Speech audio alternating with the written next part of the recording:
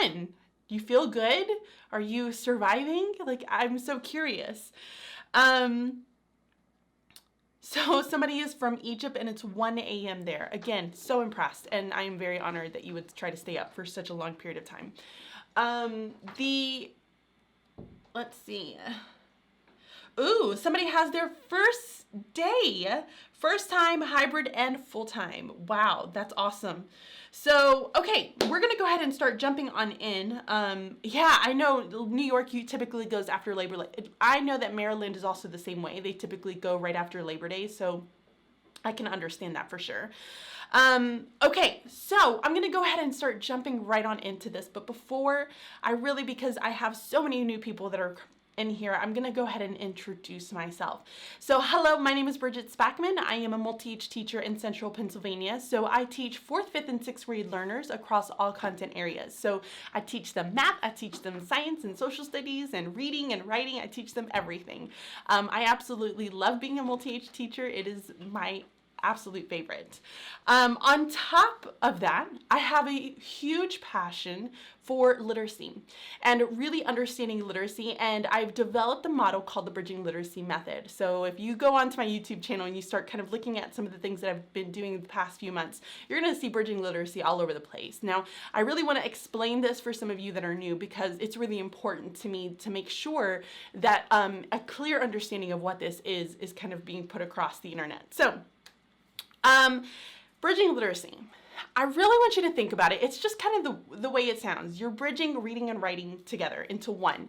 And so what I've done is I've completely gotten rid of my reading and my writing block as two separate entities, and I've combined them together to create one lesson. So one lesson is going to hit reading and writing skills. And here's the reason why I ended up doing this. One of the first reasons was I remember being a 4th grade teacher.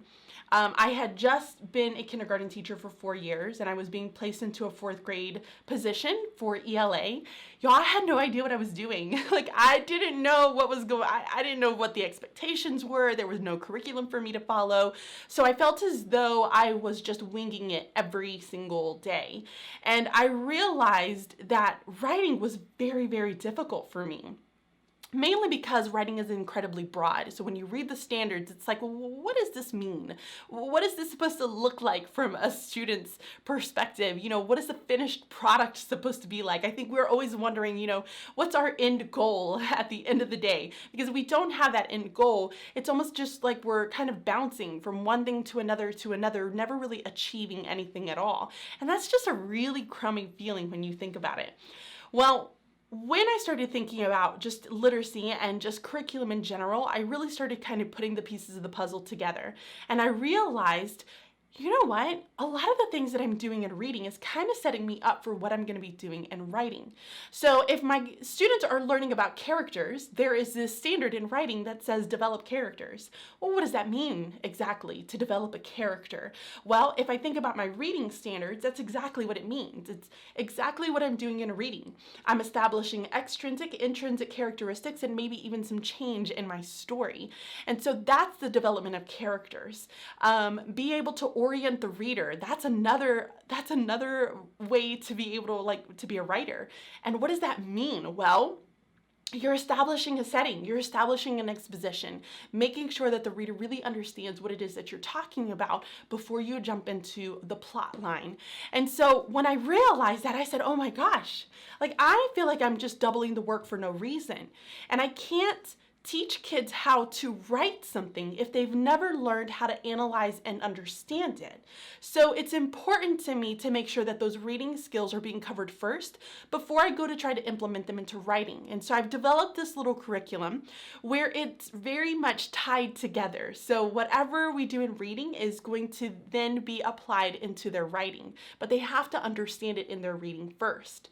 And so that's what bridging literacy is. Very excited. I do have a freebie, which is, it's a constant freebie on my website, but I've developed an entire cheat sheet for 4th, 5th, and 6th grade that you can go and download today for free, and it gives you all of the units that I've created, every single one of the units, and it tells you exactly what reading skills that you need to be taking away. So if you understand bridging literacy and you say, oh, I know exactly what she's talking about, It's so simple, it's complicated, but I feel like I can just run with it. Then totally run for it. I have all the units over there for you. I've gotten you started. Take it and implement it into your classroom. I love to see you do that, and I love for you to share that with me on social media. Now, if you're someone, and this is not a bad thing, because I'll be totally honest, I was this someone a few years back.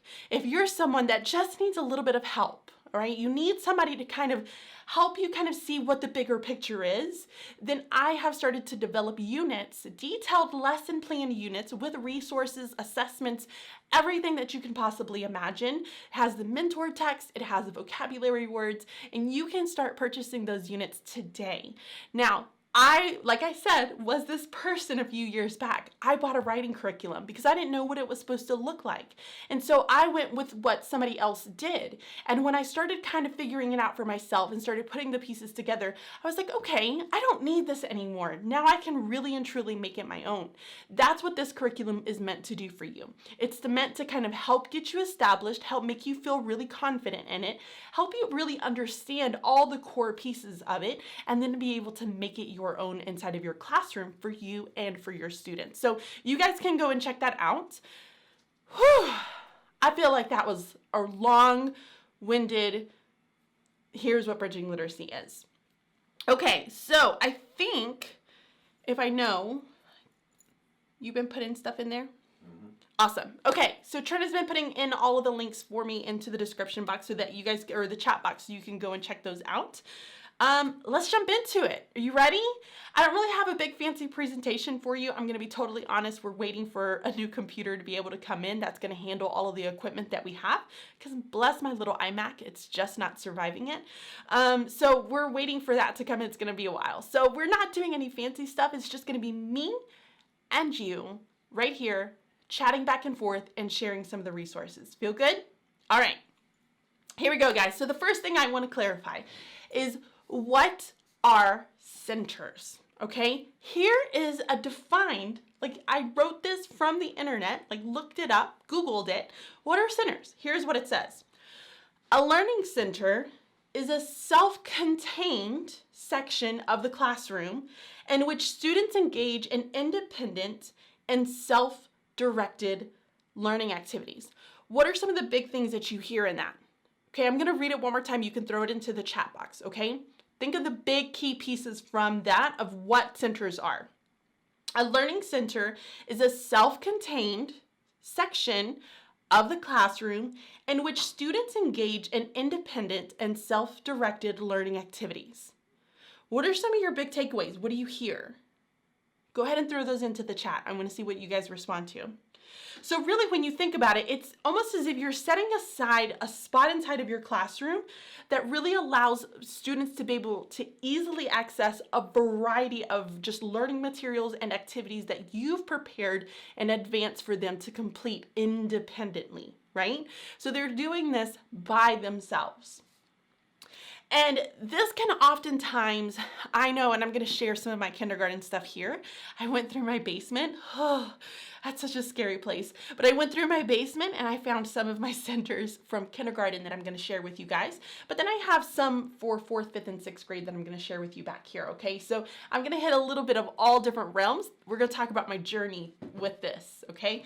But these can oftentimes be thematic, right? If you kind of think about the lower elementary, thematic pieces, you know, you have kind of your theme and you want to tie all of your theme stuff together. And a lot of the times I would, you know, have all of the pumpkin stuff during, you know, when I was learning about pumpkins and, you know, when it was Halloween time. And then when it was Christmas, we were learning about gingerbreads and snow. And so all of my centers would always revolve around that. And then every single year I would save them and then I would just either one, lose them, so I'd have to recreate them, or I'd have them and I'd be able to put them out. These can also be based on skills. I have to take a drink of water, so hold on one second.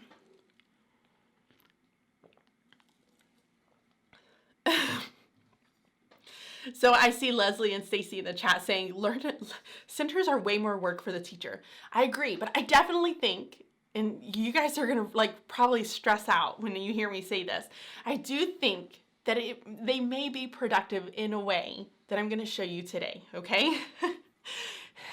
But don't freak out just yet. Okay. So they might be thematic, but they might also be based on skills. So if I'm thinking about kindergarten, some of the things that I did in kindergarten, we had our basics, like the daily 5 things that we would do. Read independently, so that was read to self, read partner read, you would listen to read, you would do word work, and then you would do work on writing. Okay, so those were the 5 centers that they would end up doing. Centers are also a designated amount of time, right? So essentially what you would do is you would have some sort of rotation board. And during this rotation board, you would have different groups in different areas at different times for different times, right? So I might end up having little Johnny. I don't know why I always pick little Johnny. I might have little Johnny go to read to self for 15 minutes, and then the next 15 minutes he might go to word work, and then the next 15 minutes he might go to listening to read, and then the next 15 minutes he might go somewhere else. And so it's constantly changing for him. And we have to, and I'm going to kind of get into this a little bit. So you have this like rotation schedule that you would just kind of move kids around, right? And in these centers, you would have no more than 5 students. Why? Why do we have no more than 5 students? Because we know that when we limit the number of them, they're able to stay more focused, right? You put a whole crowd of them together and it's like chaos. So their rotation, their time, they have a designated time. They can be thematic, they can be based on skills, and there's no more than 5 students. And so I shared with you guys my daily 5, and I know daily 5 is not just for kindergarten. I know it ranged all the way up to, maybe even 4th or 5th grade. But I know for us, I think they used it all the way up in 3rd grade for the building that I worked in when I was in kindergarten. And so you would have these center out and the students would just go to them. Now we can chat a little bit. I think we'll go into some storage items a little bit later so I can help you have an understanding of how you can maybe put this into place in your classroom. But we have to first think about why we end up using them. Okay, so why do we end up using, I love that Aaron gave me like a water bottle. I'm like struggling to talk today. So why do we end up using them? I think the number one reason why we end up using them, and I'm gonna be totally honest, and you guys tell me if you agree or disagree, okay? So in the chat, I'm keeping you guys busy today. In the chat, I want you to tell me if you agree or disagree. You ready for the question? Here it goes. Or here's what I think. I think that we use centers as a management tool. Do you agree or do you disagree? Now, here's why I think this. I think we use it as a management tool because I feel as though for teachers, we want to kind of have a say in what kids are doing. And so we're constantly saying, well, you need to be able to do this, you need to do this. And we're afraid that if we let them just kind of do whatever, that they're not going to get anything done and that their learning isn't going to progress. So I feel as though we use it because we need it as a management tool. So that when we can be in small group, we know everybody else is doing something, right? So then I don't have to worry about the other kids while they're out, and I can just worry about what's happening here.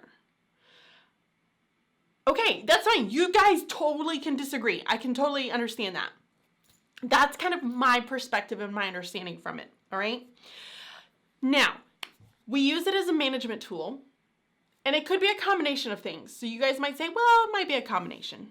So we use it as a management tool, but it also promotes independent practice for previous skills, right? So we want students to be able to previously focus on skills that they've already learned. We don't necessarily want to give them things that are brand new to them in centers because that tends to not be the best. You want to make sure that you have an entire week of practice, whether it be in small group, whole group, however you do it. And then once the students get pretty good at that, then you kind of set it out to be a center after you've done it.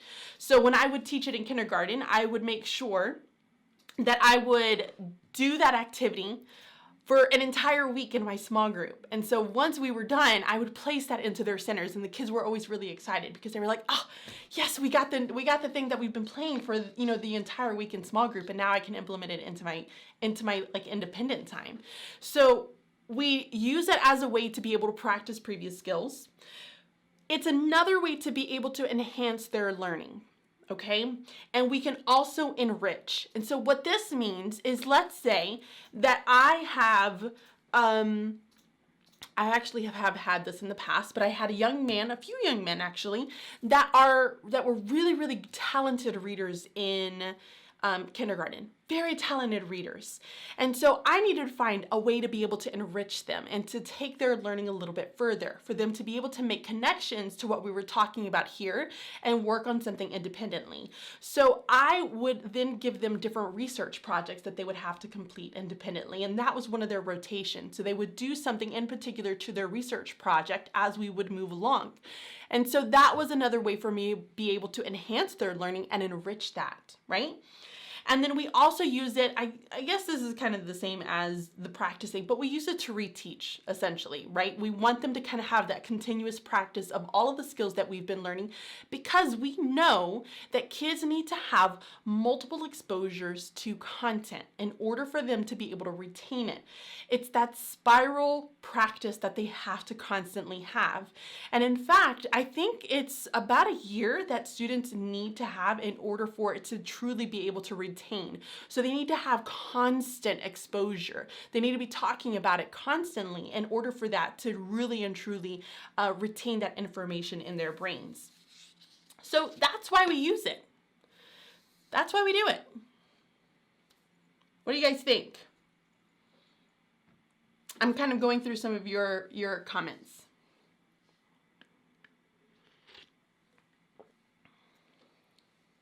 I see some of you were kind of on the fence. And it's okay to have a combination of it. I think it's meant to be some sort of a combination of all of the ones that I've shared with you right now. Okay, so here's the question. Is that, and I have to kind of tell you my story. And so maybe actually I'm going to take a break and I'm going to go through some of these. I think it's super choppy today. What do you mean? I think that the sound is going in and out? We need to jump off quick and see if we can fix it. Oh. So like jump off? Yeah. So we're going to pause. Just tell them we're going to put that. Okay, guys. So we're going to put something up real fast because it looks like our everything is a little bit choppy. So we're going to give it a fix. If you don't mind, just hang out for a little bit, chat with one another in the chat, and we'll be right back. All right. So I hope that has definitely fixed it. We're going to check real fast. I'm going to put my audio up so I can see if I can hear it.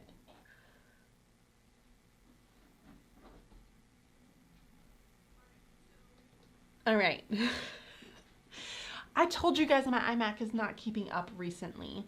It's not doing the job that it needs to do. We're running some pretty crazy software over here that just makes it feel super laggy. So hopefully that's helped with some of the glitchiness that I've had. Okay, so let's go through and let's kind of chat about my journey when it comes to centers, because while I say that I did do centers for the first 2 years while I was in kindergarten, and then that second year, like halfway through the year, I decided to kind of throw everything out of the door and I switched it. And I am going to share with you guys how I switched it. So one of the things that I feel as though, this is like your typical what you would put inside of a word work bin, are just sight words, right? And so you would have the sight word and you would have something that you would use with that sight word. So for me, I did a lot of the stamps. How many of you have used these? I love these. Stamps. So the kids would stamp, or they would have some sort of manipulative to be able to build the word so that they can practice with their words. Another station that I ended up having would be sometimes sorts. So I would have a beginning, middle, and end sort. This is something that we were using in group.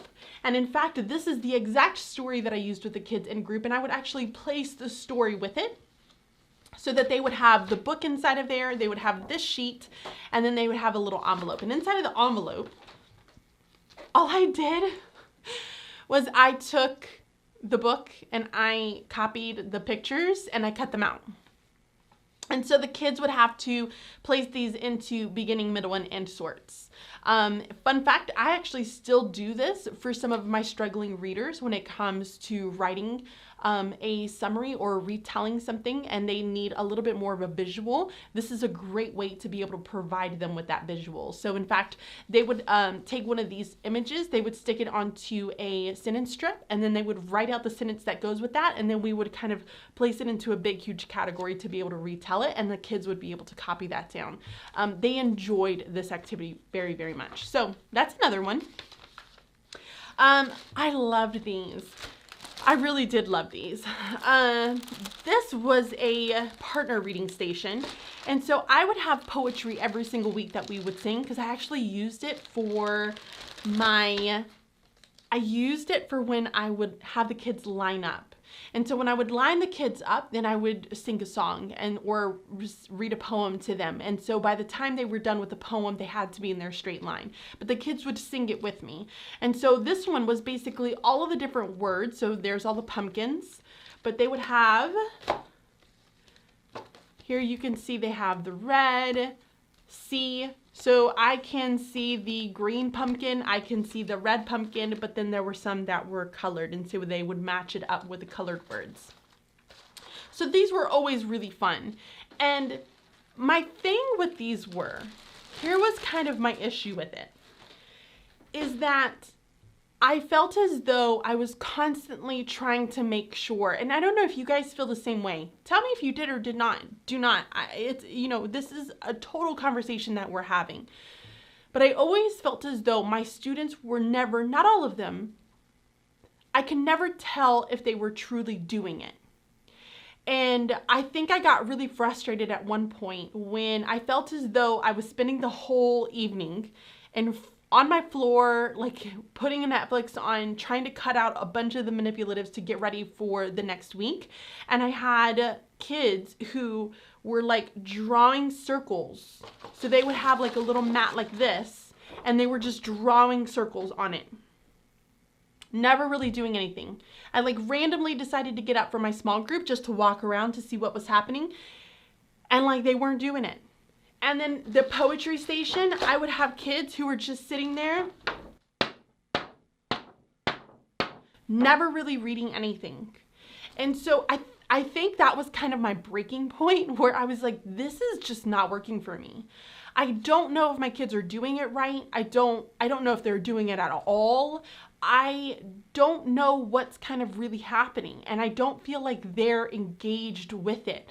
And a lot of the times I felt as though it was, again, like Leslie and Stacey were saying at the very beginning, I felt like it was so much work on me, because at the end of the day, I had to go back through and make sure all the pieces were back where I needed them to be so that they were ready for the next day. And so it was just draining. So what I had decided to do, I actually went to a conference, and during this like reading conference, somebody had discussed something, I can't remember the exact wordings that they had used it, but they were talking about some sort of center. I think they called it a smart center. So I called mine a super center because we were superheroes. And so to make it fun for the kids, I called it a super center.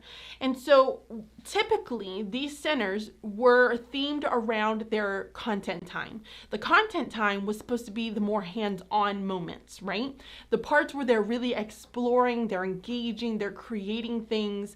I had my kids doing videos, all sorts of things. The smart centers was the integration of reading and writing with that content time. So it was combining the two into one. And so this is a product that I actually created, but it was one that I had and I couldn't find any of the other ones that I have done in the past. So I figured I'd show this one to you. So basically, I would set them up for the week, and there will be either 3 or 4, maybe even 5 if they weren't very difficult ones. And I would just tell the kids, hey, here's what you're gonna do. You have to complete all of these, and you have to have them done by the end of the week. You can choose whether you want to do it at the very beginning of the week, get them all done, or you can hold off. But if you hold off, you're not really knowing if you're going to actually have time to be able to do it all. So I would put all the pieces, and I would put an example in there for my students. And so we would go over everything. So this one was all about St. Patrick's Day. Now I had a very simple book that went along with it that the kids would read, and then they would write a little 1 or 2 sentences to show all about St. Patrick's Day, okay? The next one was a facts. So they would have some that were like facts, and they would have to write the facts, so they had the 4-leaf clover in there.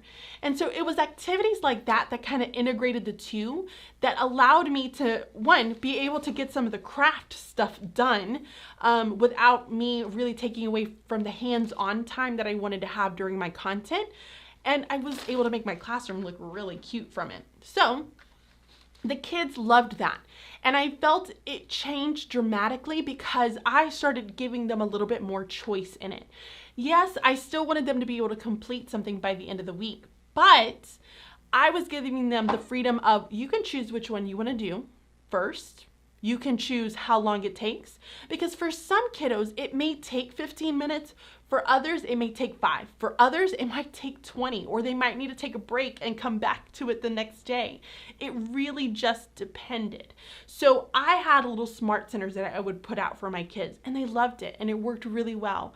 But that was kind of the beginning of this journey of, I have to find something that's a little bit more meaningful, purposeful, that engages my students, but also I feel as though is relevant to what it is that I'm trying to teach them.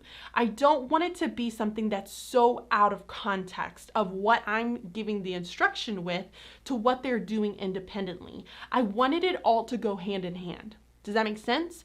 So I wanted it to be meaningful, purposeful, and I wanted it to be in context with what we were teaching in groups. So that's what I would have. Now, another thing that I would do, just to kind of show you guys how I kind of flipped it a little bit. Instead of having a word workstation, I had something called data binders way back. Love my data binders. Now they're in file folders because ain't nobody got room for binders in my classroom. So I put them in folders, but my kiddos had data binders. And so within that data binder, every week we would build a very specific word list for my kids when it comes to sight words. So I would test them, and then they would have, 10 words that I really wanted them to focus on for that week. And the kids would always get really excited because when they were done with the 10 words, they would come and they were like, I'm ready to test. I'm ready to test. And so they would test, and they would try to get stars onto their cards, so their sight word cards. And when they got a star on their sight word card, that meant that they got it. They had it. They knew how to spell it. I felt confident in them. But the other ones were the ones that they needed to continue to work on. And so we would just add a little bit every single time. But when they had their own little independent, they would either keep it in a folder, they would have it in their data binder, and then my students started then placing them in their little pouches. So I had little pouches for them, and they would take out their individual cards, and then they would work on them when they wanted to work on them. And some kids were really, really motivated because they just wanted to get stars. They wanted to have them all done because I had different prizes when we finished different sets. So they were really stoked about that part. But it was independent. It was specific to what they specifically needed. It wasn't something that was general to everyone, right? So an example for that, how many of you do these? I'm not gonna lie, I love these. I think they're super cute. But how many of you do these where you would have sight words and the kids would then have to go and circle them with the colors, and they would have to write the number? That's great, but I would have some kids that would fly through this in about a minute. And so then it's like, well, what are you doing for those other 14 minutes? And then you would have to start thinking, well, I'm just gonna start adding more word work stuff in there. And so there's gonna be 5 or 6 games and one word work bin that they can choose from. Oh my stars, guys, you're killing yourself. Like, I felt like it was just draining every single day. So I knew it needed to change, and that's why I started to make them more individualized to the students. Guys, I was personalizing before I even knew it. Like, I had no idea. All right, so let's move on. I'm gonna put this away. So now we have to, everything good? No. What's wrong? It's super choppy today. Oh. I'm hoping that the recording is good, but like it's literally at 0 right now. Someone wants to know, will bridging literacy work for them in kindergarten? Yes, it will. However, I don't have any of the materials ready for kindergarten to be able to kind of tell you guys what that is supposed to look like. So as much as I do see that. It is very choppy, isn't it? Oof. So we can vote.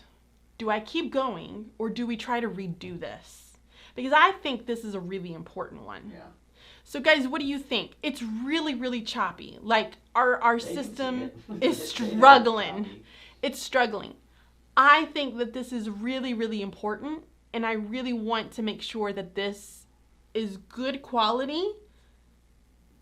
It's completely stopped many times now.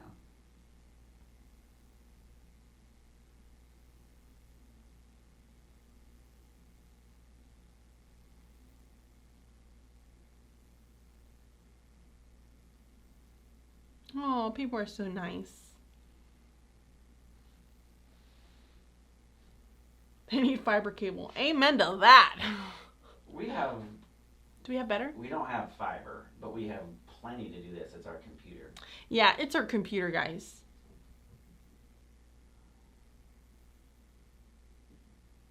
It's not, I don't think we can do it. So, Sherry, I don't think the replay is going to be any better, It might- unfortunately. yeah, the replay will not be clear, but No. I'm recording it, but we can't see it until we stop recording.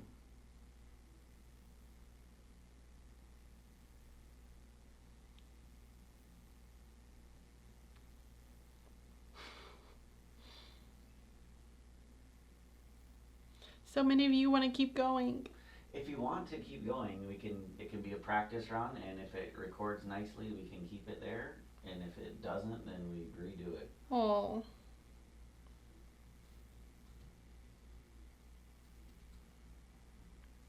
You guys are awesome.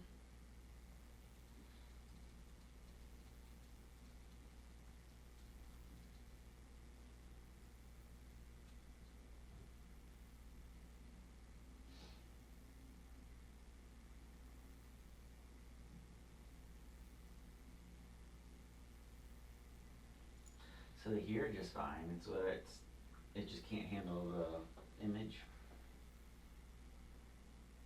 But I don't think I can adjust the image either. Yeah. Okay, so how about we do this?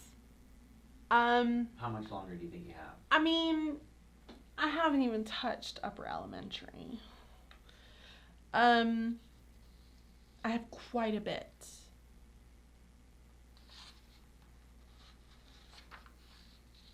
Okay, they want me to keep going. I'm just gonna keep going. All right, we'll edit the replay. Yeah, together if it works. I hope that we can have a video replay and that it does well so that I can at least upload the replay so it's not the choppy mess that you're probably seeing right now. I am very, very sorry, guys. I told you, we have a computer coming. It's getting made. Let's hope it works. Okay, so we have to kind of start asking ourselves is, one, we know that sinners can do good things, right? Because I even showed you some sinners here that they can do good things, but it's how do we effectively use them? And so when I ask you to think about sinners, I really want you to think about 3 questions in particular, all right? The first question I want you to think about is it purposeful? Is it really benefiting the learning of my students, all right? Or is it a glorified worksheet? I'm saying it. Is it a glorified worksheet? Because if it's a glorified worksheet, and by what I mean by a glorified worksheet is that it has some really cute stuff on it, and that is just a laminated piece of something, and you're sticking it into a bin. If it's a glorified worksheet, then chances are there's really no deep meaning that your kids are getting out of it. And this is what I mean by context, making sure that it's not coming out of the context of what you're teaching. So a lot of the things that I would do in my smart centers, my kids would then have their reading and they would pull things out of it and be able to apply it. Now I know you guys are probably saying, Bridget, are you doing only kindergarten? I'm not doing only kindergarten. I'm going to get to upper elementary and I'm going to talk about it. But and you guys are going to know why I'm talking a lot about kindergarten. I'll just go ahead and ruin it actually, is because I don't really do centers anymore. So when I reference a lot of the things that I've done, a lot of them I've done in kindergarten, and I'm going to share some things that I have seen, I've heard of what could potentially centers look like in upper elementary. So you have to ask yourself, is it meaningful and purposeful? Is it based on the individual needs of my students, or is this something that's like a mass everybody's doing the same thing. Because if that's the case, you're going to have students who are completing it in all different ranges. And so I started valuing and really understanding, okay, if I'm working on this in my small group, I have so many different levels happening in my small groups. What they're doing independently is going to be so unbelievably different. And guys, I'm going to be totally honest with you. In kindergarten, so we have like the red, yellow, green, blue, right, groups. I had 3 red bins, 3 yellow bins, 3 green bins, 3 blue bins, and I would have to fill that every single week. Every week. It was exhausting. So you have to ask, is it based on everyone's needs or the individual student's needs? Because if it's not based on the individual student's needs, then you're going to have some kids who it's perfect for. You're going to have some kids who it's a little bit too hard, and then you're going to have other kids that it's just too easy for them. So we got to really look at their individual needs. And then the last thing, and this is probably the thing that I think is the most important, is, are we providing feedback? Are we giving students feedback on how they're doing during those centers? And this was what was really hard for me when I first started with them, is that I just felt like it was just busy work. They were just out there, they were just doing something so that I could really focus here, and I was hoping and praying that something was really kind of sitting into their brains as they were out there working. But I was never able to tell them, yes, no, actually, you got to listen to this, or you have to do it this way, or you need to kind of change it this way. It was that constant feeling of, I don't really know if they're doing it right. I have no idea. And if you're asking them to turn these things in every time, I mean, bless your heart. I have no idea how you're making it through the day without grading, 50 sheets of something every single day. That's also very difficult and challenging for a teacher, because we don't need to grade everything. And that's just hard. You're not really kind of spending time with your students, or you're not spending time at home because you're so busy trying to provide feedback to your kids.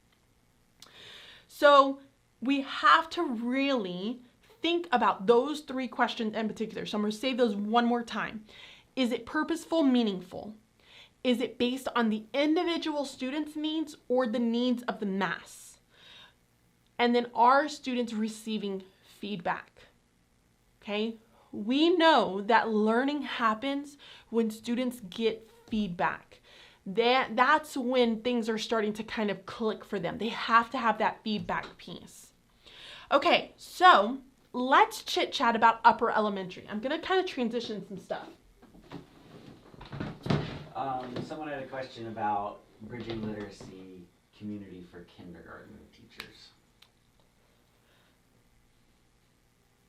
I would say hold off. I'm going to say hold off. My hopes and dreams, grand hopes and dreams, is to one day have something for kindergarten. I value you listening to what I have to say. I believe that bridging literacy can really impact kindergarten, because I did it in kindergarten. I just didn't realize that I was doing it until I was creating this method, and I was like, oh my gosh, this was literally what I was doing in kindergarten. So I know that it works.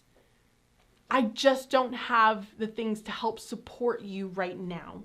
So I think by just being here and listening to these live chats, you are gaining some sort of information that's going to take you into that bridging literacy method. But really what you're lacking at this point is units available. Yeah, I'm lacking units available for kindergarten. Yeah. I am sure, listen, we have great teachers, amazing teachers within this community who are so unbelievably helpful, kind, they are hard work. Like, it is just the most precious community that I could have ever hoped for. And I am sure those ladies and gentlemen would be so excited to be able to help you in any way, shape, or form when it comes to kindergarten. just know that some of the things that I lack in are going to be the physical resources, right? Like the graphic organizers, the unit plans. Like those are the things that I don't necessarily have for you, but what we can offer you is the support and a little bit more of the theory behind bridging literacy in there. So that kind of, those little items are in there as well. They're being developed right now. And so you can join that. And we do the live chats. Yeah, I do Zoom chats, like independent one-on-one Zoom chats every once in a while. So I'll kind of reach out to different members to be able to help them independently. And then I do extra live chats here and there on bridging literacy when my life isn't in total utter chaos. So right now, what grades is it specifically set up for? So right now, I would recommend it for 3rd to 6th grade. 3rd to 6th. Okay? But it does work. And here's why, I'm going to pause for a second. And here's why it does work.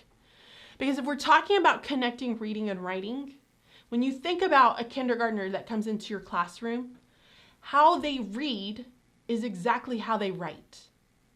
If they're reading things by only able to really look at that first sound in a word and then they have to use the picture, how are they going to write? Ball, and they're going to draw a ball, but they're only going to write a B because that's all they hear and that's all they know.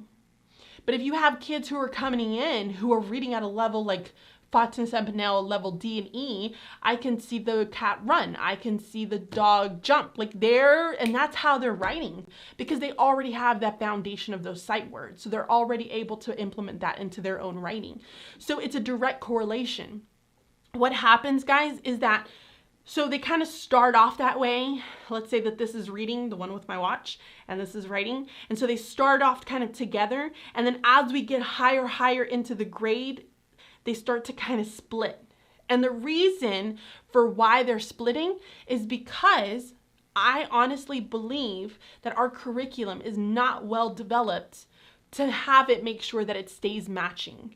I think that it becomes so broad and we put such a heavy emphasis on reading because we're always about those reading scores with testing out there, and we're trying to make writing so specific to what our state testing is that it's not staying together. And so then we start to see this huge gap where we start to see kids who are really good readers, but they're really lacking in some of those writing skills. Or vice versa. You might have kids who are really good writers and they don't love to read at all. But that's kind of what you're going to start seeing is that big, huge gap. So it does work for kindergarten because that's where it stems from, that kind of correlation between both reading and writing. And when I taught it, fun fact, I loved it because if we would read books about how-tos, we would write books about how-tos, and we would have different activities and hands-on things that the kids would do. There were days that we made pizzas, and so we would make the little mini pizzas. I would kind of correlate it with the ladies in the lunchroom, and we would go and we would cook our little mini pizzas, but then we would kind of write all of the steps that we did to be able to make them. So it was just so much fun. I could go back to kindergarten. I could. Okay. Let's jump into it. So now let's chat about upper elementary and centers, what these look like. So I'm going to kind of list them out for you. So if you have something to write with and you're like, I really want to know about these centers in upper elementary, I'm about to tell them all to you so you can write them down in one shot. You ready? Here we go. Independent writing, independent reading, reading response, reading games, poetry, partner reading, fluency, task card center, and read aloud extensions. Okay, I'm gonna say those one more time. Independent reading, independent writing, reading response, reading games, poetry, partner reading, fluency, task card center, and read aloud extensions. Okay, those are some of the centers that you can have for upper elementary. Now let's kind of go through and we're gonna chat about each of these. So let's chat about independent reading. So independent reading, this is just where they have a book that they've selected and they're reading it by themselves. Now, here's the thing with independent reading, and I know a lot of you, again, are going to resonate with this, is that you're probably saying, well, how do I know that they're actually reading? Because I definitely have some of those kiddos that I can tell you they're not reading. They're not doing their independent reading the way that they should. So there are a number of different ways that people have, I think teachers have really gone through to ensure that students are reading independently. And one of the ways that they've done this is by having a status of the class. And I've tried this. Okay, guys, I've tried it all. Okay, I am a trier of all things. So status of the class, it's basically where you come in and all the kids are sitting down and you basically like they tell you what page they're starting on their book. All right. And you write it all down onto your little like checklist. And so then you would be able to kind of see the progression as the days go. If they were on, Harry Potter page 13, and then the next day they were on Harry Potter page 11, you're like, wait a second, you're not reading. But you could see the kind of progression of how they were reading and how much they were reading each day. And if they were book hopping, because they would have to tell me the title as well. So you would see the titles kind of book hop all over the place. And kids can't keep up with it because they can't see their status of the class. Only I can, because I have the calendar. So they don't remember what they told me the other day. And so they're just kind of throwing things out if they're just making things up. So you know for sure if they're reading or they're not reading. Another thing is a reading response every single day. They have to respond to their reading, write a summary, something every single day. That was exhausting. I'm just going to say it. It was exhausting. Reading logs. This is where the kids come in. They will just write their book. They would write... Leslie says, I love status of the class. It's good. I'm glad it works for you. It did not work for me, Leslie. It was so bad. I got so tired of it. I could not do it anymore, but I'm so happy that it does work for you. So one of the other ones is a reading log. And so the kids would come in and they would write their book, they would write the start page and they would write the ending page. And, you could designate if you want to put in a time or whatever it is, but that's one way for them to be able to track it. And again, it's a way for you to kind of see how much they're reading and how much they're not. All right, guys, I've tried all of these things. And at the end of the day, I know what kids are reading and I know what kids are not reading.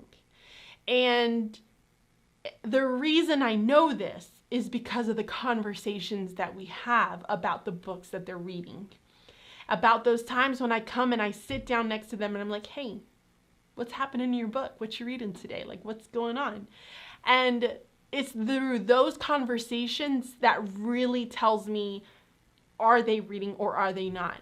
So I found for me, this is like I don't trust you and I want to make sure that you're doing what you're supposed to be doing because I don't really know and I don't really trust you. And so when I was like, you know what? I trust my kids. I know who's reading. I know who's not. I'm going to let them just go for it. I let them go for it. And when they realized that I was just going to let them go for it, I think that takes off some of the pressure of, oh, I need to be in a chapter book. I need to be reading. I need to be doing something. It takes that pressure off of kids too. So I don't do any of these anymore. I don't do any of it.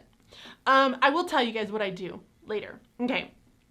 So the next one is an independent writing. Now I do a form of independent writing, but in some cases, like some of the center cases, it depends on how you structure it. All right. For the more structured cases, it's that they have a prompt and they have to respond to a prompt. I don't believe in prompts. I don't think that there's an enjoyment out of writing for prompts. I hate prompts. I know my students hate prompts because and if you guys don't do this already, you need to start doing this year. You need to regularly ask your students how your teaching is and what they are enjoying and what they're not. You need to ask, it's like a survey. I'm just doing like a student customer survey type situation. I just want to know what you guys think. Yay, nay, oh, this is not working for me. Like, I just want to know. Do them regularly because that will tell you whether things are working or not working. So I do student surveys all the time. And I know prompts have a purpose because we're trying to get them ready for like a testing. but I throw all that stuff out the window and I really just focus on them as individual writers. And again, I think this is more built through the conversations about looking through their writings and saying, oh, how's your writing going? Let me see. You know what? I'm really digging this, and I really think that you can expand on this, and here's how I think you can expand on it. Why don't you try working on that over the next week? And so when I sit back down with you, we can go back over it. And so I write them a goal, I put it on their sticky note, I give it to them, and they're going to have something to focus on. But I've kind of helped guide them in that process, right? That's so much more meaningful because it's a story that they feel connected with versus sitting down and just responding to a prompt. All right? Now, I know everybody has their own opinions when it comes to this. I get it. I think you have to really kind of decide as a teacher whether or not you believe in prompts and you believe in implementing them, or if it's something that's just like a necessity and you have to be able to do it because your district says you have to do it. And if that's the case, then I say close your door and apologize later. All right, so another one are going to be reading response. All right, so let me show you guys some examples. So reading response. So a center, I have these beautiful lakeshore bins that I would put centers in, okay? So I would have them out, the kids would come and grab the bin, this is what they would focus on. But let's say one of the centers that I have, either they're doing this with their independent reading books, or you're doing it with the book that you've provided. So let's say I provide them with this book, and then I give them one of these different types. So there are multiple types that I've seen in the past. One of them is like a roll and answer. So basically they would roll a die and then they would answer that one. And they would answer it in their reading journal, okay? Another version would be a fiction choice board, right? How many of you have seen like the Bloom's taxonomy ones or the depth of knowledge questions? And so the kids kind of go through, they pick a depth of knowledge, they pick a question, that's what they answer for their reading response. So that's kind of similar to this. And then there's one that's a little bit more specific, which is a characters one. Now, out of all of these, I would say the most beneficial one would probably be the characters, but only if I was in the character unit, if I was learning specifically about characters. If I'm not learning about characters, this is not what's something I want to have, okay? So here's my thing on these, is that for me, I want the reading response to be about their learning. And so I want them to go a lot deeper when it comes to their thinking about why we're learning specific skills, or how do these specific skills benefit me as a reader and a writer. Because now we're trying to take the story and we're trying to expand it in a way that really has us going so further beyond just the text, the words, and really understanding the deeper meaning that the author is trying to convey. And so for me, I want my reading response to be very specific. The other thing is that if you're constantly having kids do these, when are you checking them? Because I will tell you that I have a handful of kids that I will say, they will look at this and say, sequence the events in the story. Make sure to include the important parts in the detail. The dog saw the bird laughed, the bird flew away. That's not what I expect of a 4th and 5th grader. But that's what they would write. And if we're not, again, going back to those 3 questions, if I'm not giving feedback and I'm not asking them to go back and revise, ooh, that's a hard one. If I'm not going back and asking them to revise it, it's just another thing that they've done that now they don't have to really worry about doing it anymore. When I make them go back and revise it, learning happens. They have to critically analyze what they've done and be able to go back and tell me, how do I make this better? And kids don't revise enough. I can tell you right now, like, it's hard even getting kids to go back and say, please look at your desk again. It is not the way it needs to be. Everything's fine. It looks great. No, honey, it's not good. You have papers like shoved inside of your desk. I see that there's a cookie underneath. Like, it's not okay. Kids don't like to go back and look at things again. We have to teach them how to be someone that reflects and wants to constantly try to improve, right? And so if you're not checking these, if you're not giving feedback on these, it's not meaningful. And so I will tell you, it's exhausting to do a reading response journal. I've tried to do it in the past. And again, I feel like this is just because I constantly say that I try to do things that are like, I pick my battles. Those are one of the battles that I will not pick. Like, I can understand, I've read Reading in the Wild. I believe that reading response journals can be great. I really do. But when I have a class of, 50 reading kids that I would either see in one day, and some of you might have more than that you're seeing because you have several blocks of them, it's not feasible to give a feedback for those kids. It's not going to work. I mean, it's just not going to work. There's so many other things that you're doing. It's just a headache. So that's what those are. Now, if you are somebody that can figure out a very ingenious way to be able to implement this, that's meaningful, it's purposeful, it's on the kids' level, and you're providing feedback, kudos to you. You have done a great thing. Go knock it out of the park and implement it into your classroom, okay? So I want you to kind of think of it that way. Another one is going to be reading games. So this would be like a reading game. So inside of it would be something that two kiddos would read together. They would read the passage, and then they would have the game board here that they would roll and be able to provide an answer to the questions. So they would roll their die, they would move their little person, and they would answer the questions on their sheet. Again, I'm sure in some way this is good. However, for the time that I have in my class, it's not something that I specifically want them to be doing, because I know that, to me, reading is the most important thing that they can do to become better readers. Independent reading will make them better readers. I personally don't have the time to do the games like this.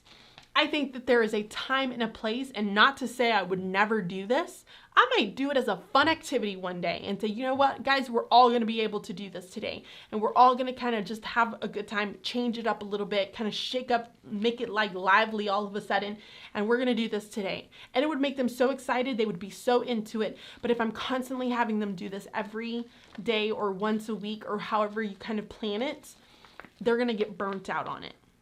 So maybe use this as just a fun activity, okay? So the other thing would be poetry. Now, I love poetry. I think poetry is an amazing thing. However, I don't like to take poetry out of context.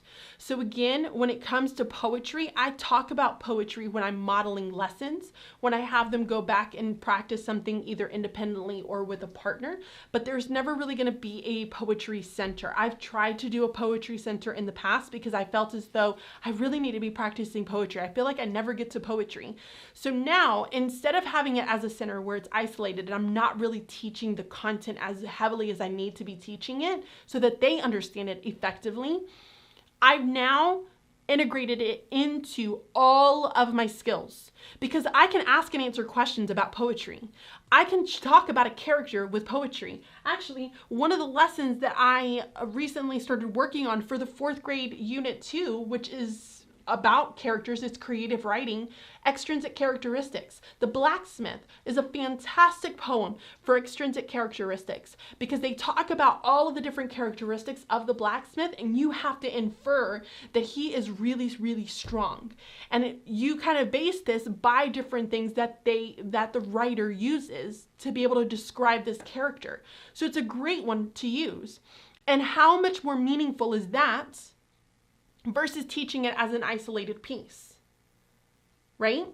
The kids would get it so much more. I talk about stanza. I use all of those terms that we need to go over, but I use it regularly. And I just come back to it over and over and over again so that they're hearing it constantly. But again, it's not taught in isolation. It's something that's integrated into the skills. So they're not thinking of poetry as this like absurd alien beast. They're seeing poetry as a different form of writing that can still be interpreted, like you can still interpret the skills that I'm learning.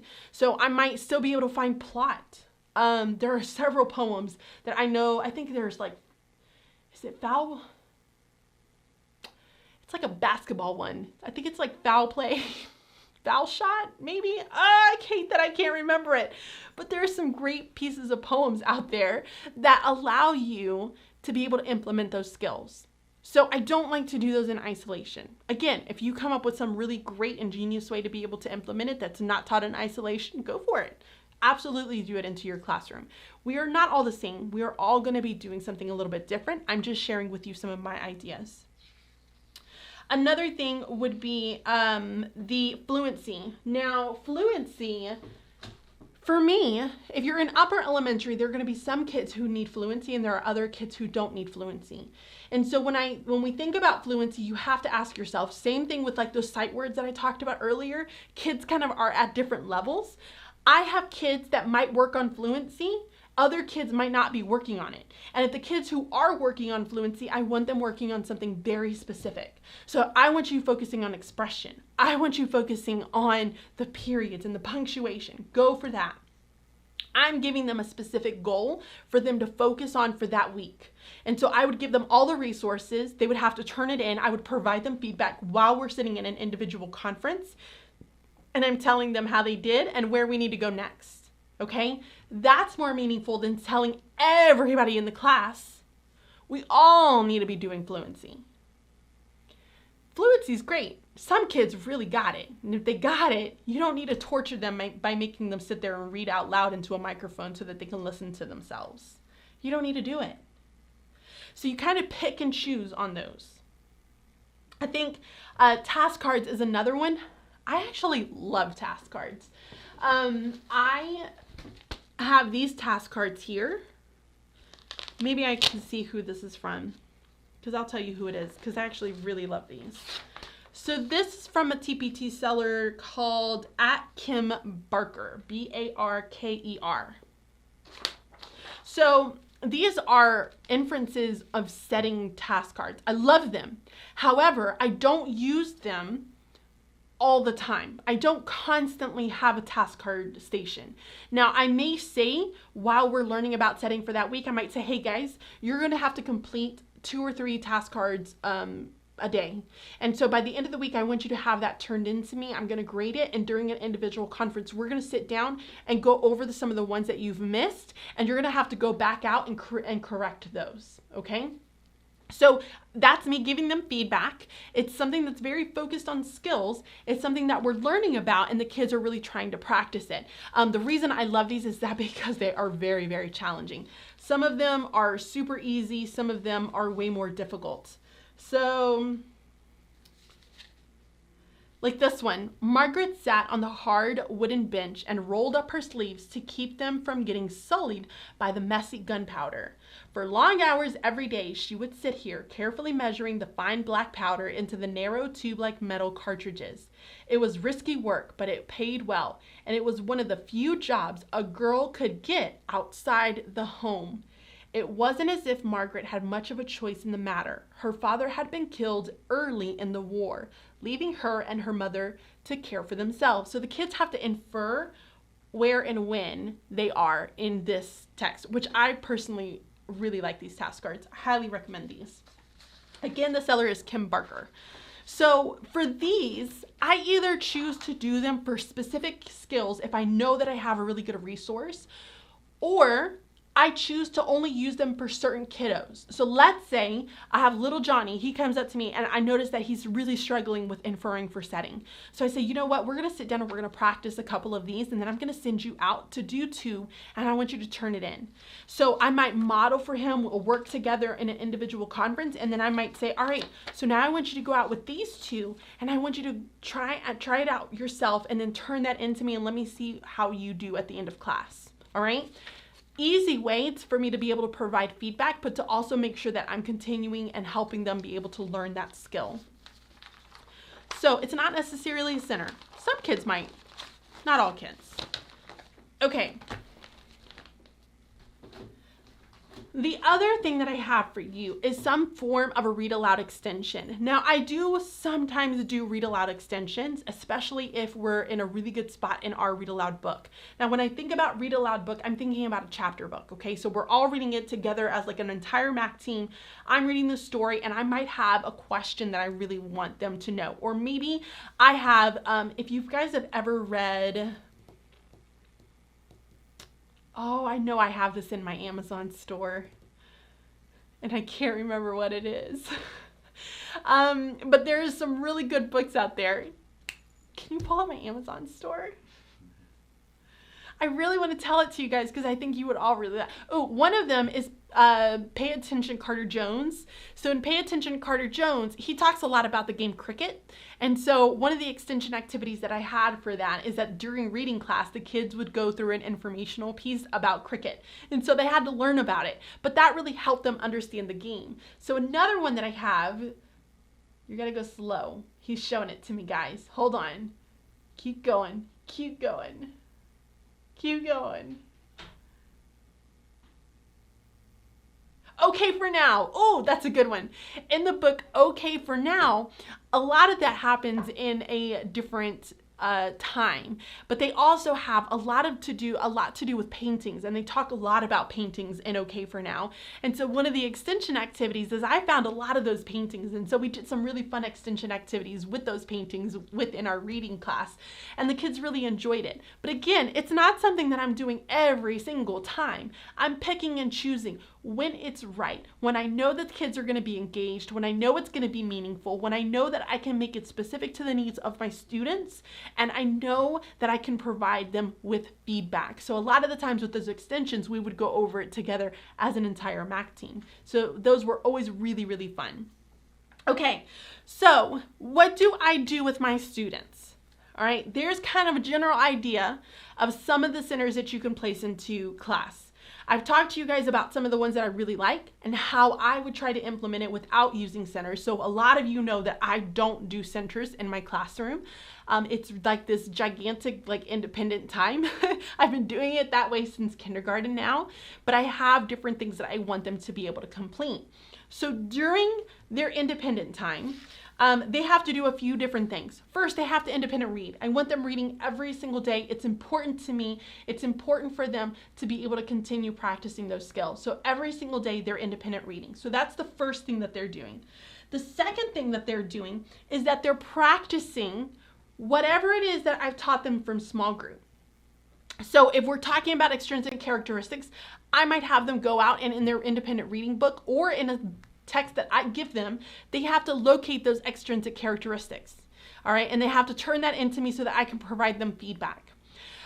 Or if we're talking about vocabulary and it's an introduction of, we've done a interactive read aloud with a picture book that's going to be our mentor text for the next several days, they're going to have a vocabulary word. So they're going to go out and they're going to practice with a vocabulary word and turn that into me.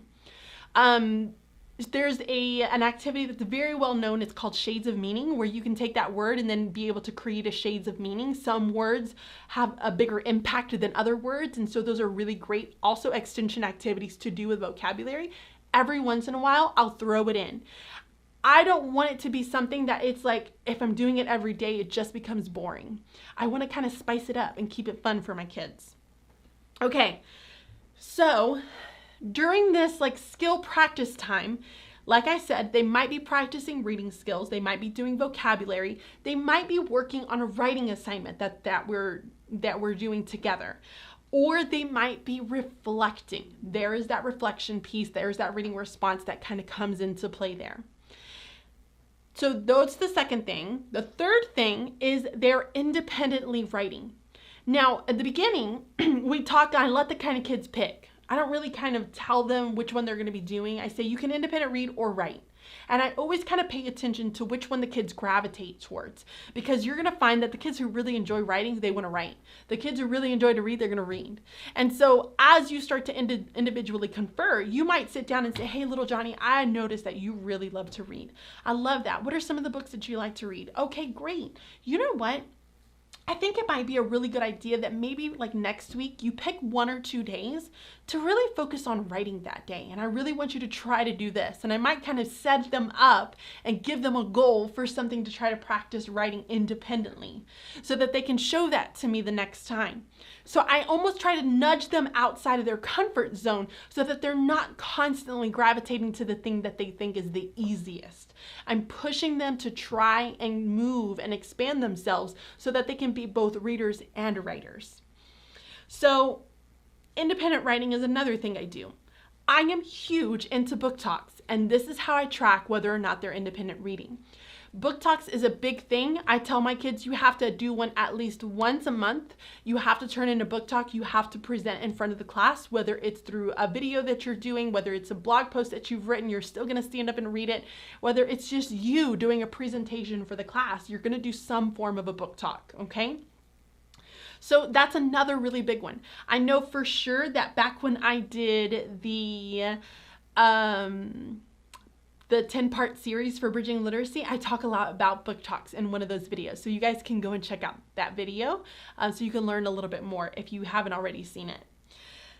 The last thing that they will do is they will work on an assigned task from a reading conference. This is where those task cards might come into play. This is where the fluency might come into play. But let's say I'm sitting in an independent reading conference, and in a reading conference, and I'm like, okay, let's look at what you really need to focus on. I'm actually going to give you an extra assignment, your own special assignment. You're really going to focus on it this next week, and I want you to have it turned in by this date. And that's really going to tell me if you're progressing any, okay? So this is your goal. This is what you're trying to do. And so they would turn that into me. And so they might have a specific assigned task that they're really trying to do aside from all the other things that they're doing. But guys, let me kind of put this into reality just a little bit. It takes about 15 to 20 minutes for each task. All right, so how many tasks have I listed? About 5? So altogether, that's over an hour of time that they're having to spend working on all those individual tasks. Imagine if you were doing centers and you had all those centers that kids were doing. Now, granted, you might not be doing all of them in a day, but still, it takes a really big chunk out of your day. And you still want them to practice something that you've been learning from group. You still want them to have their independent writing. You still need to have them independent read. Well, if that's 20, 40, 60, that's an hour already doing those 3 things alone. So how are they supposed to get to all of the other things that you want them to do if you're doing centers? So if it's taking that much time, I still haven't even accounted for the meeting that I do at the very beginning of my class. I do an opening circle. I do a closing circle for every single group. For the entire class that day. And then I also have to meet with them for my small groups. They don't have enough time in the day. I only have an hour and 20 minutes with my class. An hour and 20 minutes. They don't have enough time in the day. So we have to really think about, am I setting them up for success? Am I really giving them something that's meaningful, that's going to take that learning and truly enhance it, enrich it, that's going to be specific to their needs, and that I'm going to be able to give them feedback in? Because that's when I know they need to know whether they're doing it correctly, or else they're just going to keep guessing. Am I doing this right? I don't really know. So that's it, guys. So what would you end up choosing? What would you choose? Now remember, you might try to say, I'm only going to put 1 out for the week. And if you want to do that, I highly recommend it. Do it. So you know what, guys?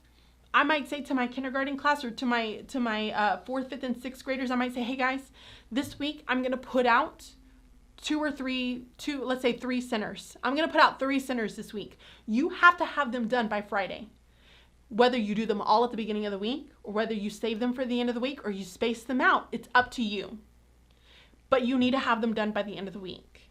And that might be a more realistic way of trying to implement centers, but it's still not regulated. So we're not telling them and dictating to them what exactly they're doing during each of those times. Because again, kids' needs are different. Some of them are going to do it really quick, and some of them are going to be very slow with it. And we have to give them time to be able to process that learning. Make sense? All right. Okay. Any questions? Concerns? as Michelle would say, discombobulations. Do you want to do a discount in the store since this was rough? Sure. $10. How am I doing that? I set up a code if you agreed. Okay. Okay, because you bared with me and you were so very patient, I'm going to have a discount of $10 in my store. So you have to go to theletteredclassroom.com and you are all going to receive the code in just a second. Trent's going to put it into the chat box. Use that code on checkout and you're going to get $10 off of whatever you want. So use that code, go and grab something. Thank you so much for kind of being patient with me with all of the technology issues that we end up having. We're waiting for that computer. All right. It's only good during the live for like 20 minutes. Okay, so it's only going to be good for about 20 minutes and then it's going to go away. So you have to do it fairly quickly because then, you know, we got to kind of get rid of it. So Code Center is going to be it. You can go ahead and head over to the store now, unless you have questions that you want to ask. But you guys can go and check out the store, grab something that you feel as though will be beneficial to you. Highly recommend the book talks if you're going to go check out something. But definitely the book talks would be one. The conferencing guide would be another really great one to have for this year. Or bundle. Yeah, you can grab the unit, or for Bridging Literacy, you can grab the bundles for Bridging Literacy. I also highly recommend any of the surveys. They're also really good. I still use those every single year. So go and grab something. Thank you for being patient with me and bearing all the chaos with the technology. Okay.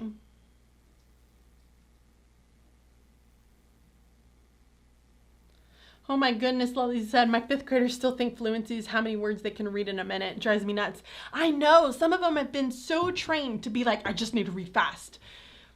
Like, it's so bad. Like, fluency is so much more than that. It's so much more than that.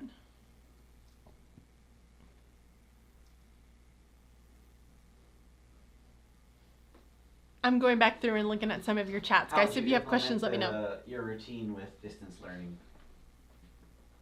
So I think, again, you kind of have to create the assignments. So a lot of the times what I tell the kids is that they have to just read independently.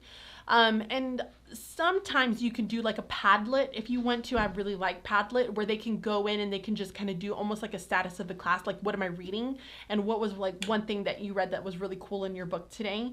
Another way that you can do just like independent reading, independent writing, you can create through distance learning. If you really wanted to like check up on them, you could have them do a reading log that's maybe through a Google Slides that you're constantly able to have like a live view of what they're doing. So that's another option that would also make a really good reading response, because then you're able to give them constant feedback while it's like a live journal. So you can add your comments into it, which is super helpful. Let's see. Some other ways that I do it for distance learning. The biggest thing for me is that I want them to practice what it is that I teach them in that mini lesson. So I will do a video mini lesson, and then I will have them do a practice immediately after. And then I typically tell the kids that they need to independent read. I honestly don't want them turning in 3-5 assignments, because I feel like it's overwhelming for them, and then it's overwhelming for me to be able to grade and provide feedback to them. So you can come up with things that are a little bit more creative. Like I said, Padlets are great. Having some sort of a Google like slide where you're able to give feedback, live feedback, is a really good and easy way to do it.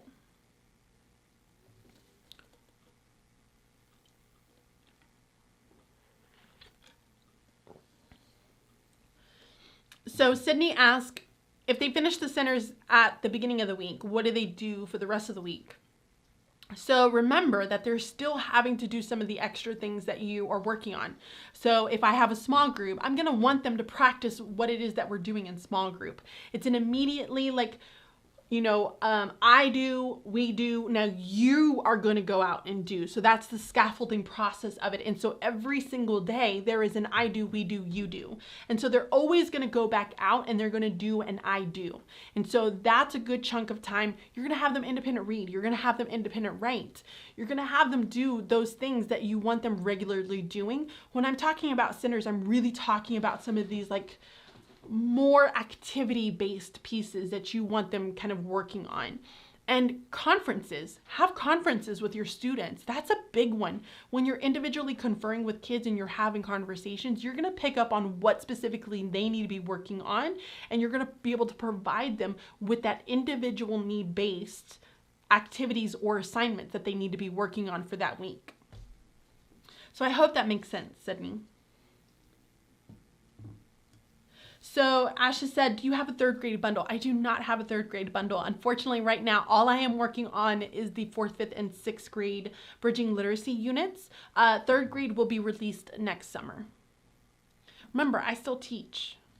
I still have kids. I'm still in grad school and I have a podcast. And I have a lot on my plate right now. And I sleep a lot. I have to sleep or else I get cranky. Join us next week. So Kathleen said, would you ever be willing to do a 7th grade or 8th grade bundle? Have you ever taught the older grades? What would you think the majority differences between 5th and 6th grade and 7th and 8th grade literacy? To be honest, I think that the 6th grade bridging literacy unit is a really good way to kind of get you started. Now, I definitely think you're going to have to make some accommodations there, but a lot of from what I understand of the 7th and 8th grade curriculum, and the reason I know this is because I am in the curriculum writing for my district, so I work one-on-one with so many of those teachers who are focused on that curriculum writing. The big thing in 7th and 8th grade, if I'm understanding this right, is that they're just really writing and expanding on their ideas and providing more evidence and going so much more deeper. The 6th grade bridging literacy unit is kind of the foundational pieces there. And so we really focus on how to respond to our reading and how to find evidence.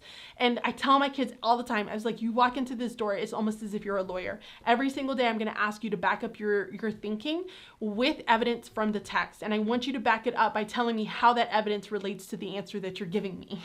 So every single time I tell them that, I was like, you guys are going to be the best darn lawyers leaving this 6th grade class. It's fantastic.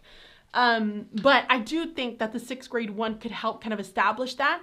And here's what I would recommend to you. Kathleen, I would actually recommend that you go and download the cheat sheet first. Look at the 6th grade reading standards, all right, that are in those units, because it's a 4th, 5th, and 6th, so you have to kind of go deeper into the cheat sheet. But the 6th grade units are in there, and it specifically tells you what reading skills there are for those units. And I guarantee you a lot of them are going to be very similar. Or at least I hope. I hope. So far people have chosen the book talks, discount Book on talks. the planners, Planners. library labels. Ooh, yeah, I like my library labels too. Those are good. 5th grade unit bundle. Or no, hold on, hold on, I can't see that one yet. A 4th grade unit. 5th grade unit bundle. Nice, guys. So somebody said, what would you recommend for book talks and what else? So I think Trent listed off quite a few of them. There's the conference guide. There is the library labels, which I really like. I had one of my students go through and cut all the little labels, so now I have them all ready to go. I tape them on. They don't ruin anything because they're not like the sticky labels, like the labels, the Avery labels. That always leaves a residue on my books, and it's awful when I try to take them off. But those are good. Any of the bridging literacy units are going to be fantastic, mainly because I put a lot of work and effort into them. Let's see. That was Ellie. She already gets them. Okay. And so most of the bridging literacy stuff is already as part of a bridging literacy member. Yeah. Get that. Yeah. So, yeah, I don't know. They got it hooked up. You guys are hooked up.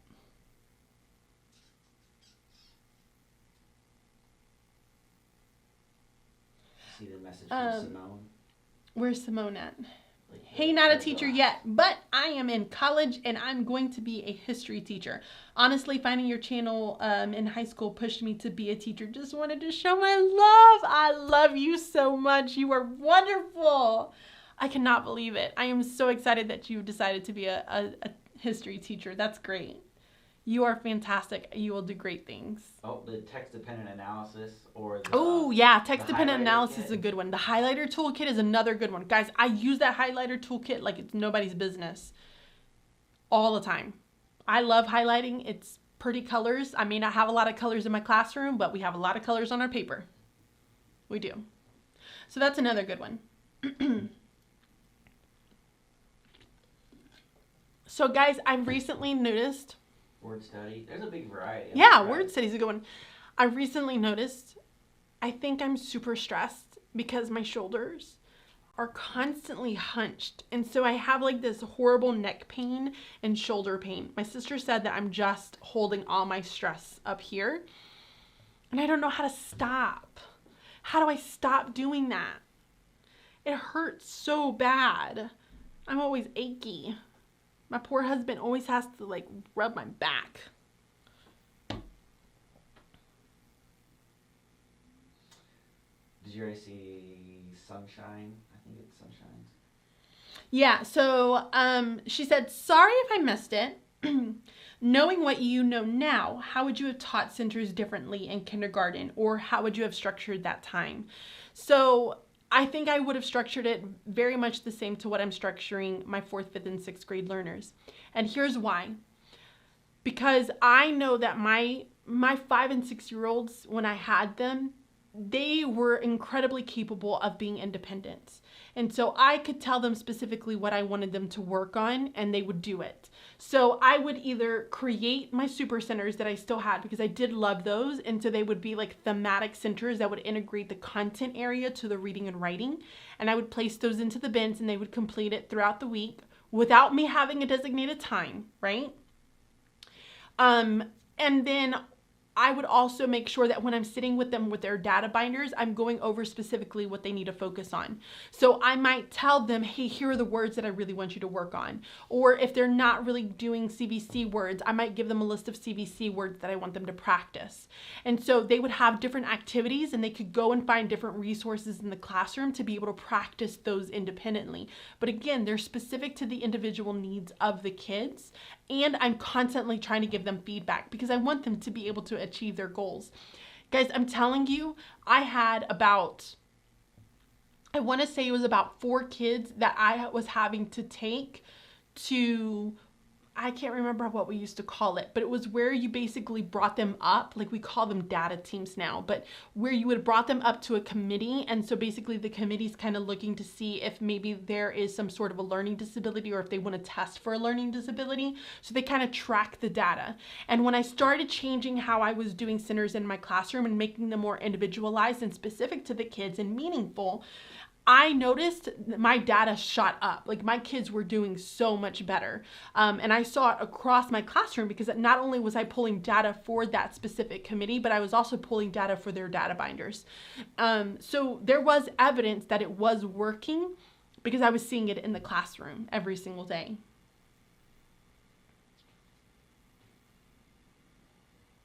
Was that Maryland? Did you answer Maryland's about not being allowed to do centers? I was reading stuff. No. She cannot have centers in her classes for social distancing. Yeah. And then people talked about how it is going to look a lot different. I will be honest. This year, you guys like my PJs? So this year, I won't be able to do that, because we will be in desks, we will be in rows, we will be facing all the same direction. So there will be no centers when it comes to that. So this is going to be where you will want to have something that's more individualized to students. Now, I have one-to-one devices in my district, so I'm a little more, I have more opportunity to be able to make it individualized. But we have things like iExcel, we have things like on the internet that I'm able to utilize as a tool for them to enhance and enrich their learning. So I do plan on kind of tweaking it and making it work for me. you are just going to have to kind of watch and see how it changes and grows. I know that I shared in, what was that video that I did? Like taking your resources and making them digital. A lot of what I talk about making them digital is what I'm going to have to do in the classroom with my students. So I won't be able to give them a physical fluency card, but I have a digital app that I'm going to use in order to make it accessible to that student so that they can practice it independently at their desk. And bless masks. How am I going to listen to fluency with masks? Goodness gracious. So you can definitely go and check out that video so you can see a little bit about how you can take some of those resources and make them digital.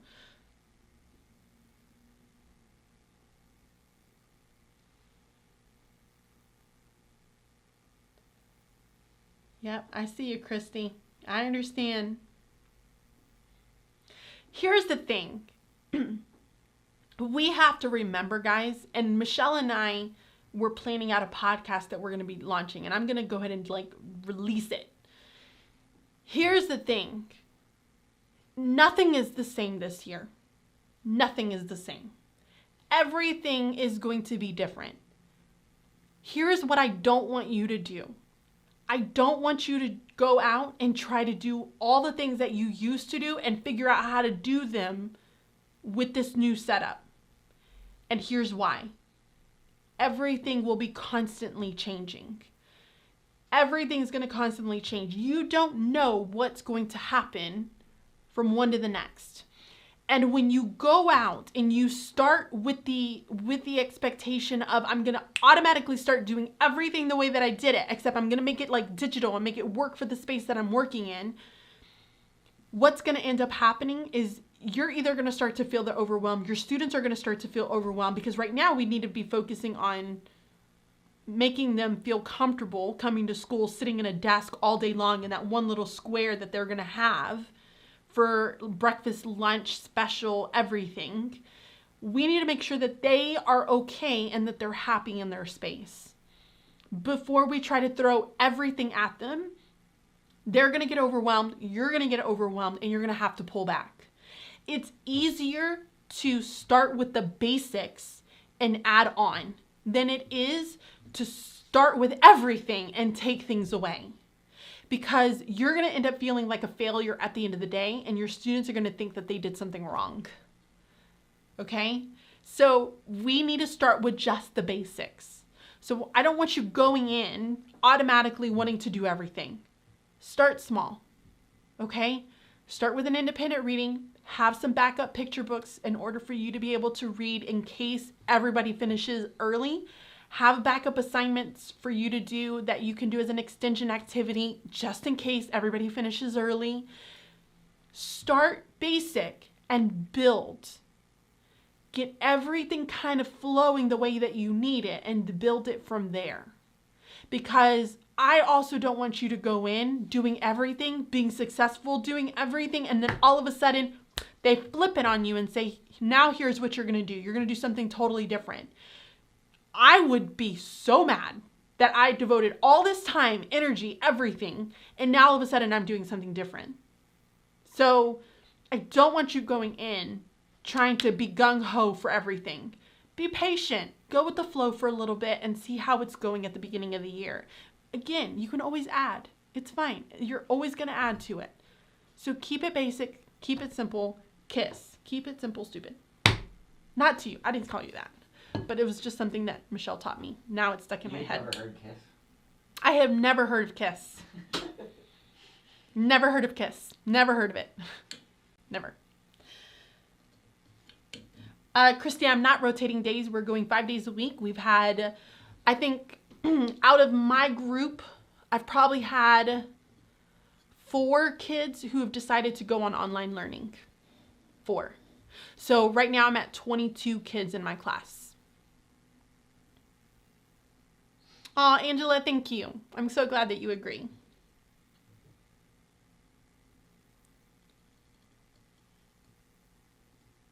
How are you planning to spend your first couple weeks? If focused on content or something else?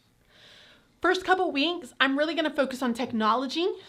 I'm really going to focus on the procedures, the safety. Walter, you hit the camera, Bubba.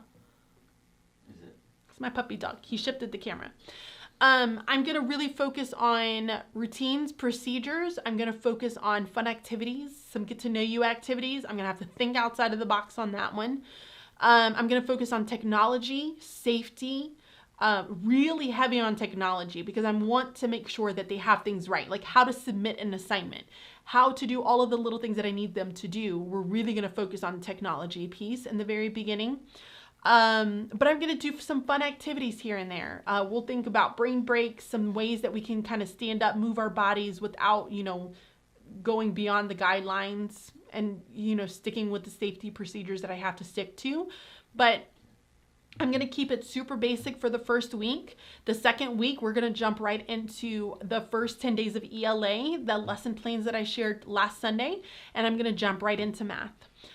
For content, science and social studies, typically I do some like really fun activities. So we'll do some really fun like hands-on experiment activities, kind of get them thinking about thinking as scientists, making observations and what does it mean to make observations. Let's talk about a little bit about the scientific method. So we'll do all of those little fun activities and then we'll kind of get started going into our true like content curriculum.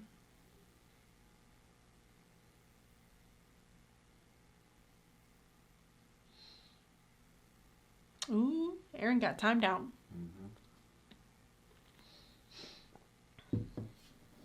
All right, guys. Yep. It's 8:40. It's 8:41. This is a really long chat. So guys, thank you so much for joining me on this live chat. Again, I do apologize about some of the issues with technology. I hope that you were able to take something away from this chat. I truly value the time that you spend with me, and I appreciate that you are kind of carving that day out to spend that time with me. It means a lot to me. So thank you all so much for watching this chat, and I will see you all next time. Bye.